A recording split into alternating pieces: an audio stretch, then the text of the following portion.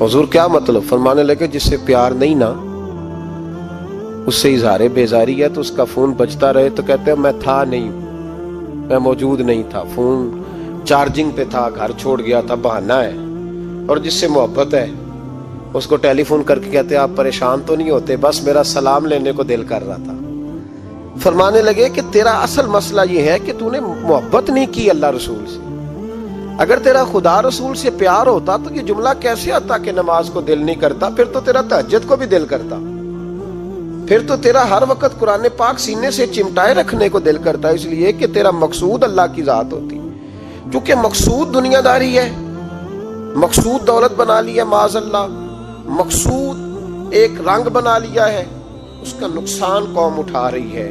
نقصان رشتوں میں، نعتوں میں حسن نہیں رہا، پیار نہیں رہا، ترتیب نہیں رہی۔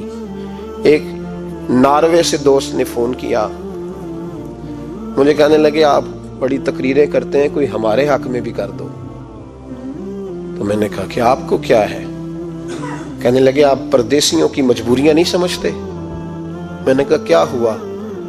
کہنے لگے حضرت جی شکوہ ہے کہ ہمارے اپنے ہمیں جب بھی فون کرتے ہیں وہ یہ نہیں پوچھتے کہ شام کا کھانا کھایا ہے کہ نہیں کھایا، وہ کہتے ہیں شادی آ گئی ہے تو جلدی کرو، پیسے بھیج دو، فٹافٹ کرو۔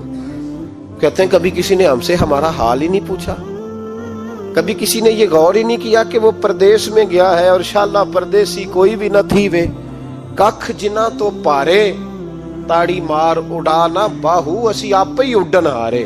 تو تیار بیٹھے، حال ہی کوئی نہیں پردیس میں۔ یہاں حال یہ ہے کہ جو فون کرتا ہے، ایک بزرگ کہنے لگے کہ 22-23 سال دیے ہیں پردیس کو، تو اپنی ہی بیوی کو فون کیا ہے کہ اب نہیں ہوتا، گھٹنوں میں درد رہتا ہے، کمر کمزور ہو گئی ہے، اب میرا دل کرتا ہے کھا رہا ہوں اور میں اپنے گھر میں بیٹھ کے بچوں کے بیچ بیٹھ کے روٹی کھاؤں، اعصاب کمزور ہو گئے ہیں، دل کی دھڑکن تیز رہتی ہے، پتہ نہیں کب وقت آ جائے۔ تو کہتے ہیں میری بیوی جسے میرے دکھ سکھ کا ساتھی ہونا چاہیے، وہ کہتی ہے چلیں 3-4 سال اور لگا لیں پھر آ جانا۔ وہ بھائی کیا اس شخص کے ساتھ کیا تعلق ہے؟ اس کا بھائی اسے فون کرتا ہے تو کہتا ہے میں پیسے دے دوں گا، جب آؤ نا تو ایک موبائل ضرور لے آنا۔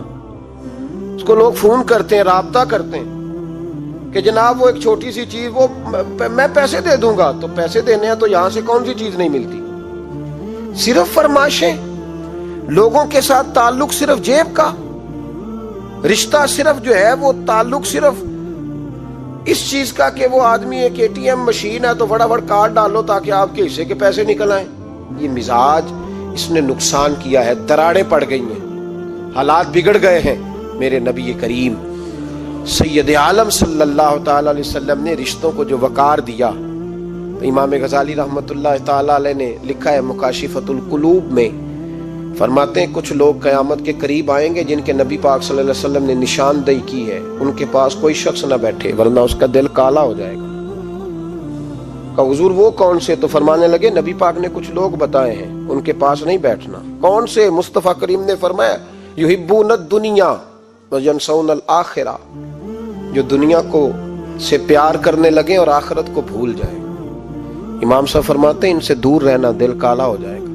یحبون المال وینسون الحساب، وہ جو نبی پاک نے فرمایا نا کچھ لوگ آئیں گے جو مال سے تو پیار کریں گے پر اس کے حساب کو بھول جائیں گے، ان سے بچنا۔ فرمایا یحبون القصور وینسون المقبرہ، جو مکانوں سے تو پیار کریں گے پر اپنی قبروں کو بھول جائیں گے۔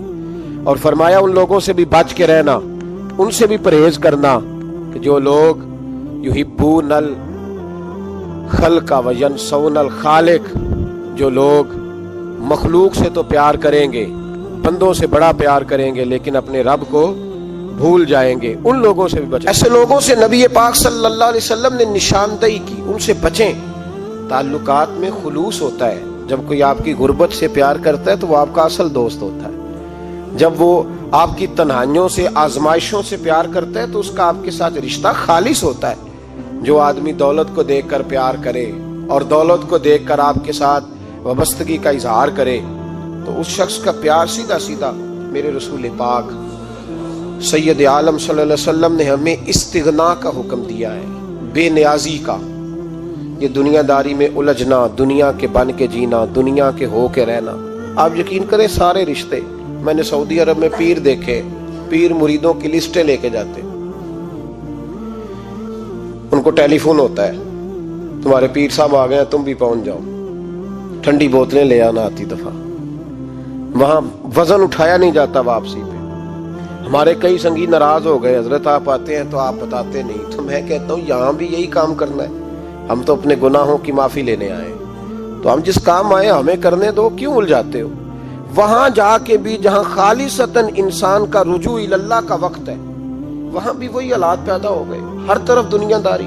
اور یہ پیروں کی بات کرتا ہوں تو آپ بڑے مسکراتے ہیں، میں نے بڑے بڑے مفت خورے دیکھے ہیں، بڑے بڑے، یہ ہر طبقے میں ہوتے ہیں، ہر طبقے میں. ایک صاحب مجھے ایئرپورٹ پہ ملے، کہنے لگے جی کتنے دن رہا ہوں، ماشاءاللہ ایک دن بھی روٹی جیب سے نہیں کھائی. میں نے کہا بڑے کامیاب ہو کے آ رہے ہیں آپ، یہ تو بات باعث فخر ہے، جا کے کسی اخبار میں فوٹو چھپاؤ. کہنے لگے جی بڑے دوست، بڑے سنگی، بڑے کوئی ادھر سے کوئی چیز لے کے آ رہا ہے ادھر سے. تو میں نے کہا یہ کوئی فخر والی بات ہے، کوئی بتانے والی بات ہے؟ اللہ کی بڑا ہے جی. بھئی مفت خوری کا مزاج، اور توجہ رکھنا کہ اب اس سے مجھے کیا مل سکتا ہے، اور اگر کوئی نہیں لے کے آیا واپس گیا تو شکوہ کرنا، دیکھو چل کے آ گیا، اس کو خبر ہی نہیں کہ جاتے دفعہ چلو بندہ 6 بوتلیں لے جائے، کیا فرق پڑتا ہے. یہ کمزور ذہن ہے، یہ دنیا داری ہے، یہ نفس پرستی ہے، یہ پیسے کی غلامی ہے.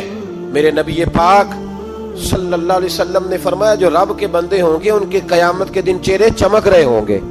تو یا رسول اللہ صلی اللہ علیہ وسلم اس کے علاوہ بھی کچھ بندے ہیں؟ فرمایا لعن عبد الدنیا وعبد الدرہم. فرمایا کچھ دنیا کے بندے ہیں، کچھ درہم کے بندے ہیں، ترجمہ یوں کر لو کچھ ڈالروں کے بندے ہیں. یہ حدیث مشکات میں موجود ہے. ڈالر کے، ریال کے،